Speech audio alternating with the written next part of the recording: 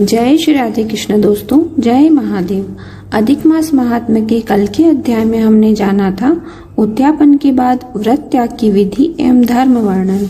इसके आगे की कथा हम आज के अध्याय में श्रवण करेंगे। 27वां अध्याय दर्दन्वा का तप एवं स्वर्गगमन और एक वानर की कथा। श्री नारायण बोले, वाल्मीकि जी के इस प्रकार वचन सुनकर राजा दर्दन्वा ने सपत्नी भक्ति पूर्वक प्रणाम किया और आनंद के साथ मुनि की पूजा की। पूजा को अंगीकार करके मुनि ने आशीर्वाद दिया और राजा तुम्हारा कल्याण होगा। मैं पापनाशिनी सरयू की ओर प्रस्थान करता हूँ। मुनि श्रेष्ठ वाल्मीकि इतना कहकर चल दिए। राजा वाल्मीकि जी को सीमा तक पहुंचाकर घर लौटने पर पत्नी से बोले, हे सुंदरी, यह संसार असार है। गंधर्व नगर के समान राग द्वेष आदि 6 शत्रुओं का इसमें वास है। इसमें मनुष्य का क्या सुख पाता है। कृमि, विष्ठा, बात, कफ, मूत्र आदि सहित भस्म होने वाली इस देह में क्या रखा है। मैं अप्राप्य वस्तु को पाने के लिए वन गमन करूंगा और वहीं पुरुषोत्तम का स्मरण करूंगा। पति के ऐसे वचन सुनकर पतिव्रता साध्वी गुण सुंदरी विनय पूर्वक हाथ जोड़कर बोली, हे भूपति, आपके साथ मैं भी चलती हूँ। पतिव्रता स्त्री का देवता तो पति होता है। प्रिया के ऐसे वचन सुनकर राजा अपने पुत्र को राज्य अधिकार बनाकर पत्नी सहित वन को चल दिया। वे दोनों हिमालय के समीप गंगा तट पर जा पहुँचे। पुरुषोत्तम प्रारंभ होने पर वे तीनों कालों का स्नान करते रहे। हे नारद, पुरुषोत्तम भगवान का स्मरण करते हुए वे दोनों तप करने लगे। पतिव्रता रानी राजा की सेवा में प्रस्तुत रही। इसी प्रकार तपस्या करते हुए उन्होंने पुरुषोत्तम मास बिता दिया। व्रत संपूर्ण होने पर छोटी बजती हुई घंटियों से सुशोभित एक विमान वहां उतरा। उसमें पुण्यशील सुशील हरि के गण विराजमान थे। राजा रानी दोनों को गणों ने नमस्कार किया और फिर दोनों को आदर सहित विमान में बिठा लिया। इस तरह राजा सहित रानी ने नवीन शरीर धारण कर गोलोक को प्रस्थान किया, जहाँ पुरुषोत्तम भगवान के इस लोक में श्री हरि के समीप रहकर निर्भय हो आनंद पूर्वक निवास करने लगे। श्री नारायण कहने लगे, हे नारद, मैं अपनी एक जीवा से पुरुषोत्तम की महिमा का बखान कैसे कर सकता हूँ। इस पृथ्वी पर इसके समान दूसरा कोई मास नहीं है। सहस्त्र जन्म तप करने से भी ऐसा सुफल नहीं मिलता जैसा कि पुरुषोत्तम मास व्रत करने पर मिलता है।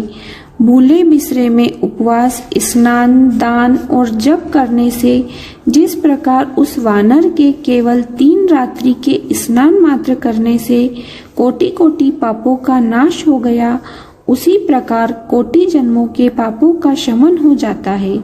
यह सब मासों में पुरुषोत्तम मास सर्वश्रेष्ठ है। उसकी कृपा से दुष्ट वानर भी हरि के सानिध्य को पा गया।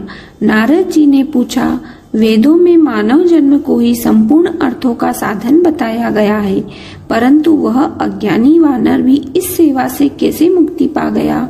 हे तपोनिधे, सर्वजनों के हितार्थ वह कथा मुझे सुना दीजिए कि वानर ने 3 रात्रि कहाँ स्नान किया और वह कौन था, कहाँ का निवासी था और उसे क्या फल मिला। श्री नारायण ने बताया कि हे नारद, केरल प्रदेश का वह एक अति लोभी ब्राह्मण था। पिता ने उसका नाम चित्र शर्मा रखा था। धन के लोभ में लिप्त रहने के कारण वह कभी भी अच्छा भोजन नहीं कर पाता था, न अच्छे वस्त्र पहनना करता था। उसकी मूर्ता ने उसे न कभी हवन करने दिया, न वह पितरों की तृप्ति कर सका। यश के निमित्त भी उसने कभी कुछ पुण्यादिक नहीं किया। स्त्री पुत्रादि का भी पालन उसने नहीं किया। इस तरह यह केवल अन्याय अत्याचार केवल धन संचय में लगा रहा। माघ में उसने तिल मात्र का दान नहीं किया। पुरुषोत्तम में दीपदान तथा ब्राह्मणों को भोजन कराना चाहिए, वह भी उसने नहीं किया। वैशाख में धान्य का दान और अन्य मासों में भी इस प्रकार का कोई भी दान उसने नहीं किया। सूर्य की संक्रांति, सूर्य चंद्र के ग्रहण के अवसर पर हवन, जप, दान आदि जो करना चाहिए उसने वह भी नहीं किए। वह सदा रोता खींचता, अपनी निर्धनता का बखान करता, धन की लालसा में इधर उधर घूमता और लोगों से याचना करता कि मुझ दीनहीन को कुछ मिल जाए। इस तरह वह धन की तृष्णा में रहकर बहुत ही कृतकाय हो गया। लोग उसे पास में भी खड़े होने नहीं देते, उसको दुत्कारते व धिक्कारते। वह दुखी हो यहाँ वहाँ घूमा करता था। एक बगीचे के स्वामी माली को जब उसने रो रो कर अपना दुखड़ा सुनाया कि लोग उसका किस प्रकार निरादर करते हैं और वह नगर में नहीं जाएगा, माली इसकी दीनता भरी वाणी सुनकर दया से भर उठा। उसका वह मित्र बन गया और उसने उसे बगीचे में रहने को कह दिया। वह करदय माली के ऐसे वचन सुनकर बगीचे में आनंद से रहने लगा। माली की वह हर आज्ञा का मानता था, उसके कार्यों में उसे सहायता देता था। इसी से कुछ दिनों में माली को उस पर दृढ़ विश्वास हो गया कि करदे उसका अपना व्यक्ति है और उसे किसी भी प्रकार की हानि नहीं पहुंचाएगा। फिर एक दिन माली ने बगीचे को करदे पर छोड़कर राज मंदिर में नौकरी कर ली। वहां अधिक कार्य होने के कारण माली को बगीचे की पूरी देखरेख छोड़ देनी पड़ी। माली के उस बगीचे का करदे पूर्ण रूप से स्वामी बन बैठा। वह बगीचे के फलों को नित्य भर पेट खाता, बचे हुए को बेच देता और प्राप्त होने वाले धन को निर्भय हो अपने पास रख लेता।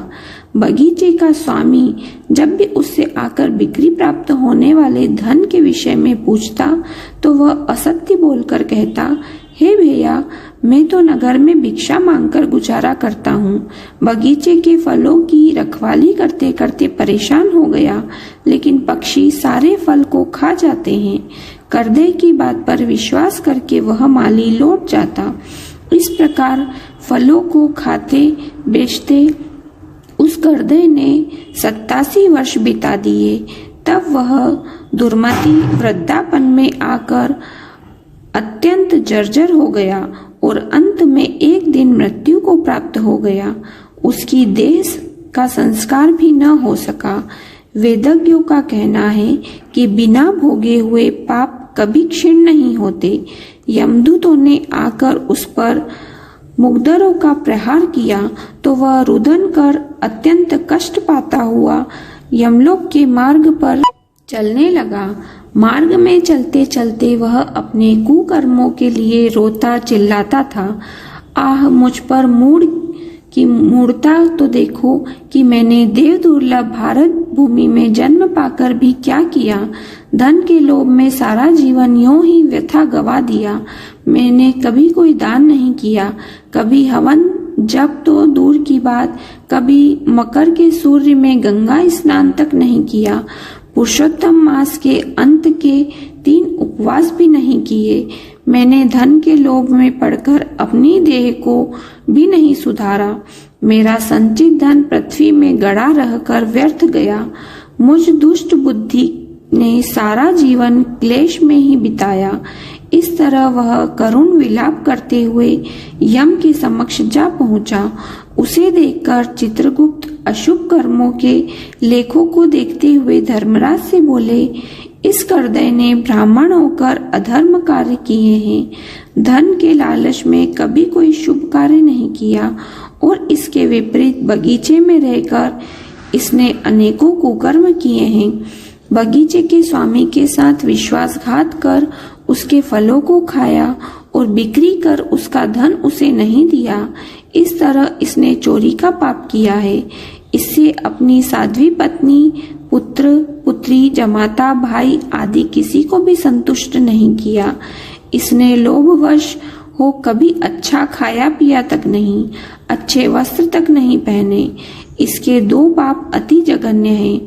श्री नारायण बोले, हे नारद, चित्रगुप्त के ऐसे वचन सुनकर धर्मराज अत्यंत क्रोधित हुए। उन्होंने कहा कि पहले इसे सहस्त्र जन्म तक वानर की योनि में रखो, तत्पश्चात इसे विश्वासघात करने का फल दिया जाएगा। बोलो पुरुषोत्तम भगवान की जय। आज का अध्याय यहीं समाप्त होता है। इसके आगे की कथा हम कल के अध्याय में श्रवण करेंगे।